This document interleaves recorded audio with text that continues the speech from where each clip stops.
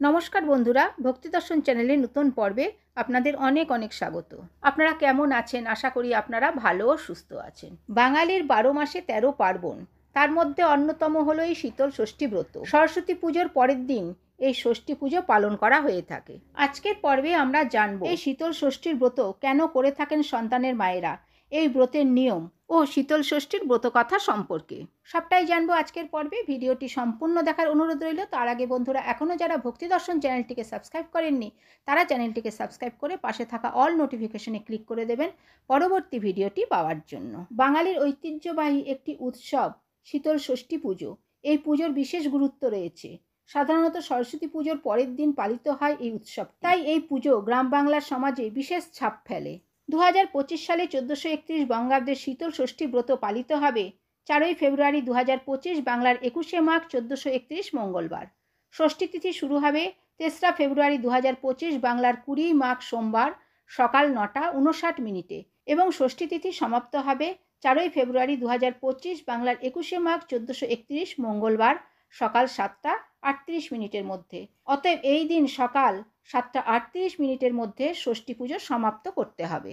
মাঘ মাসের শুক্লপক্ষের ষষ্ঠী তিথিতে মায়েরা তাদের সন্তানের মঙ্গল কামনায় শীতল ষষ্ঠী ব্রত পালন করে থাকেন। দই, হলুদ, কলাই, ফল, মিষ্টান্ন ইত্যাদি দিয়ে মায়েরা শীতল ষষ্ঠীর দিন মা ষষ্ঠীর পুজো করে থাকেন। তারপর হয় বাড়ির শিলনোড়া পুজো। এই দিন শিলনোড়া পরিষ্কার পরিচ্ছন্ন করে তার গায়ে একটি নতুন কাপড় পরিয়ে দিতে হয়।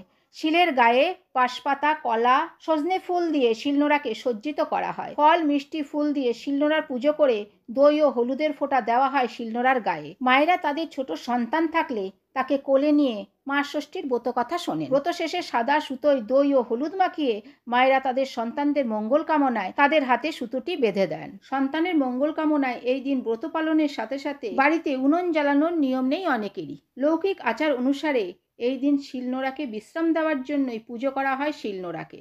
তাই আগের দিন রান্না করে রাখা হয় গোটা সেদ্ধ। আর শীতল ষষ্ঠীর দিন সেই রান্না করা খাবার গরম না করেই খাওয়ার প্রথা রয়েছে। ষষ্ঠীর উপবাস ভঙ্গ করা হয় এই গোটা সেদ্ধ খেয়ে। শীতল ষষ্ঠীর ব্রত কথা। এক দেশে এক বামুন আর বামনি থাকতো। তার 7 ছেলে 7 বউ। কারো ছেলেপুলে হয়নি, তাই বামুন বামনি মনের কষ্টে থাকে আর দিন রাত মা ষষ্ঠীর কাছে তাদের দুঃখ জানায়। এইভাবে দিন যায়। একদিন দুপুরে এক বৃদ্ধা ভিক্ষা নিতে এসে দেখল বাড়ির গিন্নি 7 বউ নিয়ে সুখে দুঃখের কথা বলছে। বৃদ্ধা তখন বলল, হ্যাঁ বাছা, বৌমাদের কটি ছেলে কটি মেয়ে?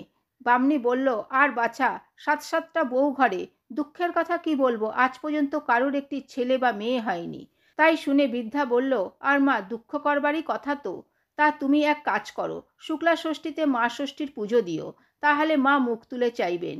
গিন্নি বলল, হ্যাঁ মা, এর নিয়ম কি? বৃদ্ধা বললে, গরম জিনিস খাবে না বা ছোবে না। প্রথমে পান্তা, গোটা কলাই সেদ্ধ, দই মুখে দেবে। তারপর পান্তা আর যে কোনো তরকারি খাবে। আগের রাত্রে শিল জাগাবে। শিলের মাথার থেকে নিচে পর্যন্ত হলুদ ছোপানো ন্যাকড়া চাপা দেবে। তারপর 6টি সিঁদুর ও 6টি শ্বেতচন্দনের ফোঁটা দেবে। শিলের কোলে নোড়া আর কলাকুল, শিম, কড়াইশুঁটি এইসব জোড়া জোড়া দেবে। পরদিন ষষ্ঠী পুজোর সঙ্গে শিলের গায়ে তেল, হলুদ, দই দিয়ে পুজো দেবে। এই কথা বলে বৃদ্ধা চলে গেল। মাঘ মাসের শুক্ল ষষ্ঠী আসতেই গিন্নি নিয়ম মতো ঘট পেতে শিল জাগিয়ে রাখলে। পরদিন বৌদের নিয়ে পুজো করলে।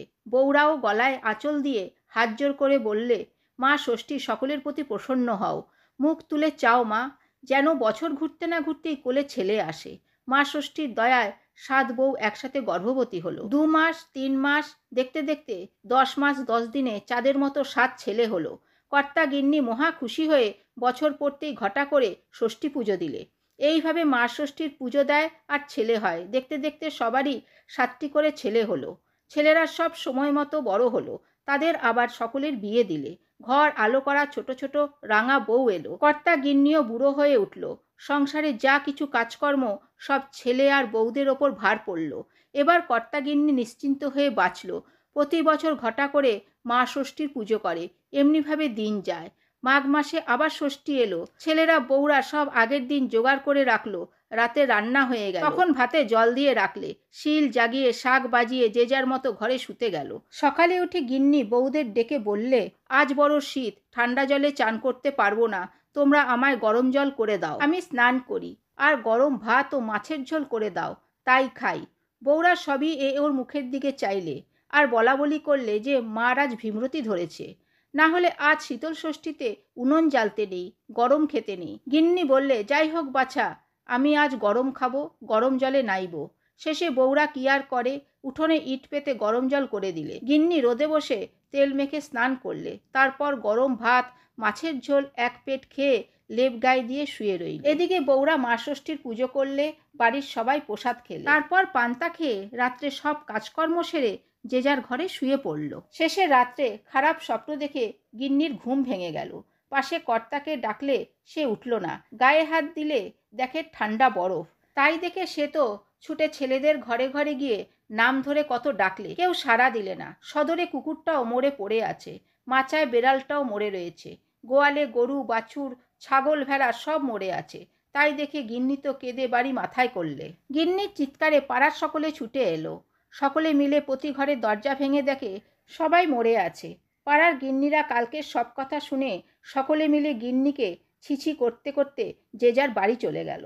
গিন্নি তখন হাত পা ছড়িয়ে পাগলের মতন কাঁদে আর মাথার মুঠো মুঠো চুল ছেড়ে। তাই দেখে মা ষষ্ঠীর দয়া হলো। তিনি বৃদ্ধা বেশ ধরে গিন্নির কাছে গিয়ে বললেন, গরম জলে স্নান আর গরম ঝোল ভাত খাও। গিন্নি তার পা জড়িয়ে ধরে বললে, মা তুমি উপায় করো, তুমি ছাড়া আমার কোনো গতি নেই। মা ষষ্ঠীর মনে করুণা হলো। তিনি বললেন, তোমার বৌমারা যে শিল জাগিয়েছে তার গায়ে যে দই হলুদ আছে, তাই নিয়ে প্রথমে বেড়ালের কপালে ফোঁটা দিবি, তারপর কুকুর গরু বাছুর ছেলে বউ নাতি নাতনিদের সকলের কপালে ফোঁটা দিবি, আর দই হলুদ ছোপানো ডুরি ছেলে নাতি নাতনিদের বউদের হাতে বেঁধে দিবি। আর শীতল ষষ্ঠীর দিন গরম জলে স্নান বা গরম ভাত খাবিনি। এই কথা বলে বৃদ্ধা মিলিয়ে গেল। গিন্নি তখন মা ষষ্ঠীর কথা মতো সকলই করলে। যেমনি করা অমনি সবাই যেন ঘুম থেকে জেগে উঠল। বউয়েরা বললে, মা অনেক বেলা হয়েছে, আমাদের ডাকুনি কেন? নাতি নাতনিরা বললে, ঠাকুমা বড্ড খিদে পেয়েছে, কিছু খেতে দাও। গিন্নি বললে, তোরা কি আর ছিলি, মা ষষ্ঠীর দয়ায় সব বেঁচে উঠলি। এই বলে সব কথা বললে। তাই শুনে কর্তা গিন্নির ওপর রেগে গেল। তারপর কর্তা খুব ঘটা করে মা ষষ্ঠীর পুজো দিলে। মা ষষ্ঠীর কথা চারিদিকে প্রচার হলো। তখন সবাই ভক্তি করে শীতল ষষ্ঠীর পুজো করতে লাগলো। অথ শীতল ষষ্ঠীর ব্রতকথা সমাপ্ত। তো বন্ধুরা, আজকের ভিডিওটি এই পর্যন্তই। আশা করছি ভিডিওটি আপনাদের ভালো লেগে থাকবে। ভিডিওটি ভালো লাগলে ভক্তি দর্শন চ্যানেলটিকে সাবস্ক্রাইব করে সঙ্গে থাকুন। ভালো থাকবেন, সুস্থ থাকবেন, ধন্যবাদ।